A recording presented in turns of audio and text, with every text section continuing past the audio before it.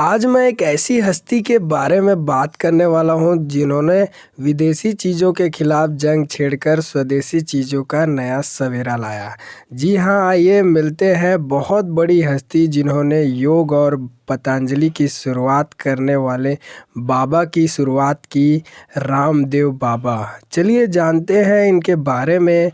Hello दोस्तों, मेरा नाम कामेश योगी और आप देख रहे हैं इंटरनेशनल बायोग्राफी। बाबा रामदेव का नाम रामकृष्ण यादव था। सन्यासी बनने के बाद उन्होंने अपना नाम स्वामी रामदेव रख लिया। वेद ग्रंथों, योग और साहित्य के बारे में गहन चिंतन किया। हरियाणा के खानपुर गांव के एक आश्रम में रहने के दौरान वे वहां के लोगों को मुफ्त में योग की शिक्षा दिया करते थे।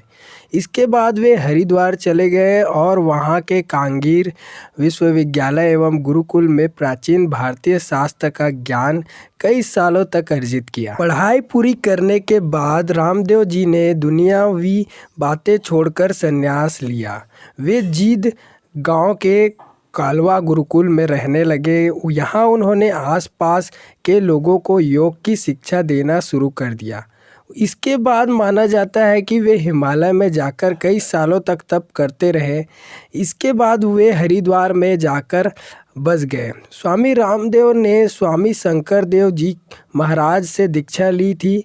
उसके बाद वे प्राचीन शास्त्र का अध्ययन करने लगे, साथ ही योग ध्यान को अधिक समय देने लगे। हरिद्वार में रहते हुए उन्होंने अपना गुरुकुल शुरू कर लिया था और लोगों को योग शिक्षा देने लगे। रामदेव ने सन 1995 में दिव्य योग मंदिर ट्रस्ट की शुरुआत की। आस्था चैनल पर ये प्रोग्राम रोज सुबह 5 बजे आया करता था, जिसे देश विदेश के कई लोग देखकर बैठे ही योग किया करते थे। इस ट्रस्ट में उनका साथ आचार्य कर्मवीर व आचार्य बालकृष्ण ने दिया। इस ट्रस्ट का हेड ऑफिस हरिद्वार के कृपालु बाग आश्रम में स्थित है। रामदेव ज़्यादातर योग की शिक्षा इसी आश्रम में दिया करते हैं। बाबा रामदेव के अथक प्रयासों से भारत में योग इतना प्रचलित हुआ, जिस वजह से भारत के द्वार ही 21 जून को अंतर्राष्ट्रीय योग दिवस मनाने की शुरुआत की गई। आज दुनिया में हर कोने में योग की महत्ता लोग समझ रहे हैं।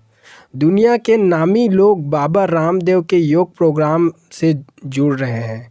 उन्होंने बॉलीवुड के महान अभिनेता अमिताभ बच्चन व अभिनेत्री शिल्पा शेट्टी को योग की शिक्षा दी। रामदेव ऐसे पहले और गैर मुस्लिम समुदाय के हैं जिन्होंने उत्तर प्रदेश के बेलबंद जिले में मुस्लिम मौलवियों को योग की शिक्षा दी।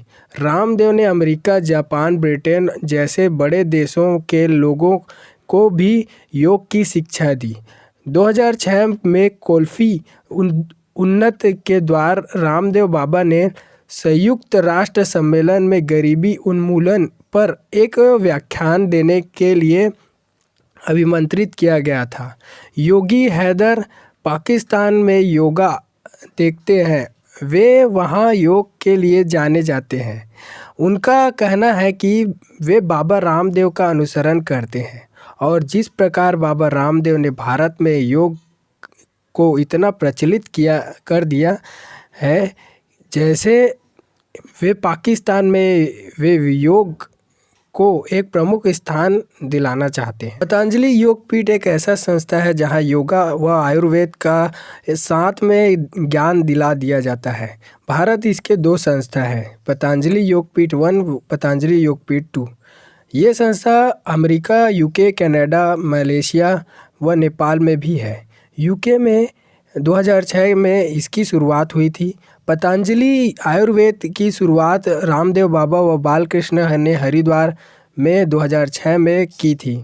2016 की शुरुआत में ही कंपनी का टर्नओवर 45 करोड़ पर पार हो चुका था। पतंजलि के आने से भारत के बाहर की दुनिया कंपनियों की कमर टूट गई। कोलगेट, डाबर इससे अत्यधिक प्रभावित हुए। हमारे दैनिक जीवन में आने वाली प्रत्येक वस्तु की रेंज पतंजलि के द्वारा निकाली जाती थी। जिसमें साबुन, हमारे घर का ration, biscuit, chocolate, paste, shampoo, अचार, पापड़, मुरब्बा, सौंदर्य प्रदर्शन का सामान, फ्रूटी, पेय पदार्थ आदि। इस लिस्ट में अभी बहुत चीज़ें बाकी हैं। रामदेव का मानना है कि देश का पैसा देश में ही रहना चाहिए। बाहर की कंपनियों भारत में आकर पैसा कमाती है और भारत को आर्थिक रूप से कमज़ोर कर देती है। बाबा रामदेव की इस कंपनी ने कल्पना से परे बहुत अच्छी ग्रोथ की है। पतंजलि की दुकान आजकल हर शहर, हर गांव में मौजूद है। इनके इस काम ने देश के हजारों लाखों लोगों को रोजगार भी दिया है। बाबा रामदेव पतंजलि चिकित्सा की भी शुरुआत की है, जो उनके द्वारा संचालित पतंजलि की शॉप में चलिए जाते हैं। यहाँ वैद्य बैठते हैं और जो पतंजलि की आयुर्वेद दवाई देते हैं। बड़े से बड़े रोग इन आयुर्वेदिक दवाई से ठीक हो जाते हैं। बाबा रामदेव ने 2010 में भारत स्वाभिमान नाम की पॉलिटिकल पार्टी बनाई। उस समय वे आने वाले चुनाव में हिस्सा लेना चाहते थे, लेकिन कुछ समय बाद ही उन्होंने घोषणा की कि वे सीधे राजनीति में आने में दिलचस्पी नहीं रखते, बल्कि अपनी प्रतिक्रिया देकर लोगों को राजनीति की ओर आने को प्रभावित करेंगे। 2014 के बाद वे नरेंद्र मोदी के प्रधानमंत्री कैंपिंग में जुड़े गए और उनका समर्थन करने लगे। 2011 में बाबा रामदेव ने भारत को भ्रष्टाचार मुक्त करने और जन लोक कल्याण बिल को लागू करने वाले के लिए रामलीला मैदान में अनशन किया। अनशन काफ़ी दिन तक चला, जिससे मनमोहन सिंह जी की सरकार पर काफ़ी दबदबा पड़ा। रामदेव की मांग को पूरा करने के लिए सरकार ने भ्रष्टाचार रोकने की एक कमेटी का गठन किया। रामदेव बाबा पर उसी समय बहुत से आरोप लगाए गए। उनके पतंजलि प्रोडक्ट में मिलावट की भी बात बताई गई। बाबा रामदेव के दाहिने हाथ माने जाने वाले आचार्य बालकृष्ण पर नकली पासपोर्ट का आरोप लगाकर और उन्हें नेपाल का रहने वाला बताया गया। बाबा रामदेव की नेटवर्थ 1400 करोड़ रुपए से ऊपर है। बाबा रामदेव की वार्षिक इनकम 5 करोड़ रुपए और मासिक इनकम 50 लाख रुपए से ऊपर है। जनवरी 2007 में भुवनेश्वर की कैंपिंग यूनिवर्सिटी के द्वारा डॉक्टरेट की उपाधि दी गई है। बाबा रामदेव हमारे देश की राजनीति में विशेष रुचि रखते हैं। आए दिन वे किसी न किसी टॉपिक पर अपनी विशेष टिप्पणी करते रहते हैं, जिससे सुर्खियां भी बनी रहती हैं। ये कोई नई बात नहीं है कि बाबा रामदेव कोई विवादों बयानों दिया हो और वे विवादों से घिरे रहते हैं। वे आए दिन एलोपैथी एवं राजनीति दलों को लेकर बहुत न कुछ बयान देते रहते हैं और उनके द्वारा दिए गए बयानों से विवादों का मुद्दा बन जाता है। इस बार भी बाबा रामदेव के साथ यही हुआ है। उनके द्वारा एलोपैथी एवं एलोपैथिक डॉक्टरी को लेकर कुछ ऐसे बयान दिए गए, जिसके बाद तो वो इंडिया मेडिकल एसोसिएशन ने केंद्र सरकार से बाबा रामदेव के खिलाफ विद्रोह मामला दर्ज कर लिया और उन्होंने प्रधानमंत्री मोदी जी को इसके लिए चिट्ठी भी लिखी है। बाबा रामदेव ने न सिर्फ एलोपैथी एवं एलोपैथिक डॉक्टरी की निंदा की है, बल्कि उन्होंने तो अपना कोरोनिल दवा नाम से एक आयुर्वेदिक प्रोडक्ट लॉन्च कर दिया है।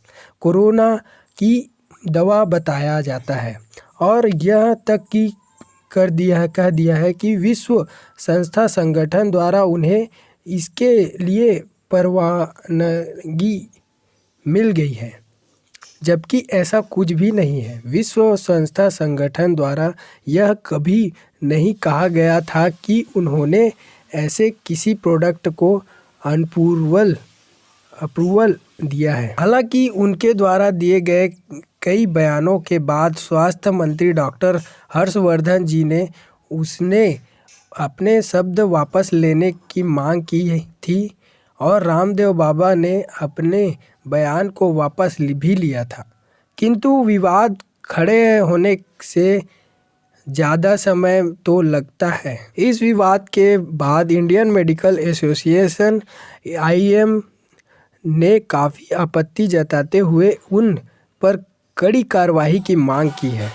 देश विद्रोह एवं लोगों को भ्रमित करने जैसे आरोप पर बाबा रामदेव पर लगाए गए हैं, जिससे आप ये देखने वाली बात होगी कि IMS द्वारा बाबा रामदेव के ऊपर लगाए गए आरोप पर केंद्र सरकार क्या कार्रवाई करती है। तो दोस्तों, बाबा रामदेव की ये जीवन के बारे में जानकारी आपको कैसी लगी, हमें कमेंट करके ज़रूर बताइएगा।